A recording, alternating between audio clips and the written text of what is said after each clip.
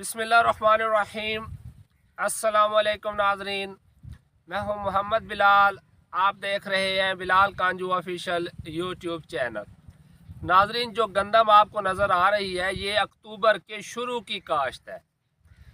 अब इसमें कुछ गंदम तो आपको ऐसी नज़र आ रही है जिसने मुकम्मल तौर पर सिट्टा निकाल लिया है, पोलिनेशन हो चुकी है। ये साथ में मैं आपको दिखा रहा हूँ, दाना भी बन चुका है। मगर अभी इसमें कुछ ऐसी भी है जो अभी बूटिंग स्टेज पर है। उसकी वजह यह है कि बहुत ज़्यादा अगेती काश्त करने की वजह से उगाव कम हुआ था, तो फिर इन्होंने पानी लगा के और बीज दरमियान में छटा किया। तो जो बाद में फिर वो नवंबर का पहला हफ्ता था, तो जो बाद में छटा किया गया वो अभी छोटी है गंदम, और जो शुरू वाली काश्त है उसने सिट्टा भी निकाल लिया है और इसके अंदर दाना भी बन चुका है। यहाँ पर मैं आपको कुछ दाने प्रेस करके दिखा रहा हूँ कि मैंने दानों को प्रेस किया तो इसमें से दूध निकला, जिसे हम कहते हैं मिल्किंग स्टेज, दाने की दूधिया हालत।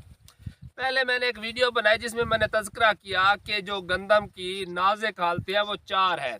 एक है ताजनुमा जड़ों का बनना, दूसरी है गोब की हालत, तीसरी है दाने की दूधिया हालत, और चौथी है दाने की वो हालत जिसमें गुंदे हुए आटे जैसा मटेरियल निकलता है दाने में से।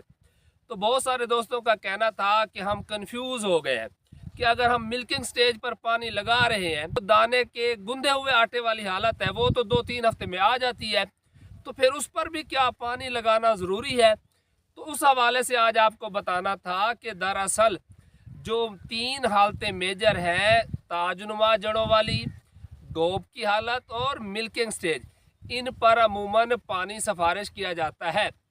और रही बात पानी लगाने की, तो ज़रूरी नहीं है कि आपकी ज़मीन फुल तारवत्तर में हो गोब की हालत पर और फिर भी आप पानी लगा लें।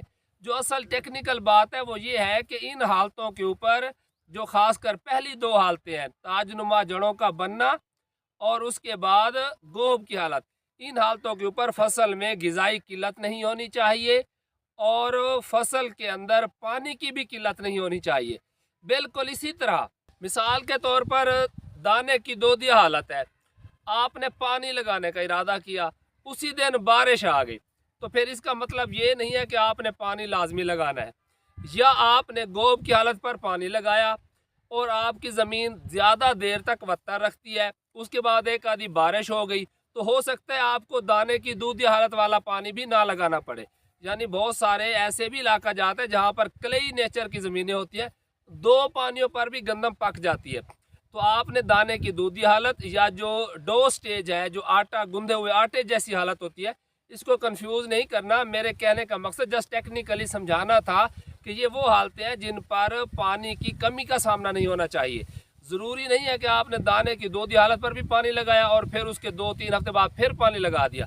हाँ, कुछ जगहों पर ऐसा हो भी सकता है कि जो बहुत ज़्यादा रेतले रकबे होते हैं, क्योंकि उस वक्त टेम्परेचर हाई होता है, कि आपने दाने की दूधिया हालत पर पानी लगाया और 2-3 हफ्ते के बाद अगर आप पानी नहीं लगाएंगे उसके बाद तो फिर गंदम वैसे पीली होना शुरू हो जाएगी, तो फिर पानी लगाने का कोई फ़ायदा नहीं रहेगा।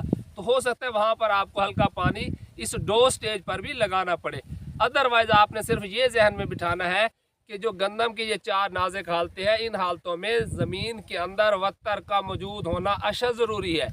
और जो पहली 2 हालतें हैं जो मैंने बताई आपको, ताजनुमा जड़ों का बनना और गोब की हालत, इन 2 हालतों पर अमूमन खुराक का भी होना ज़रूरी है।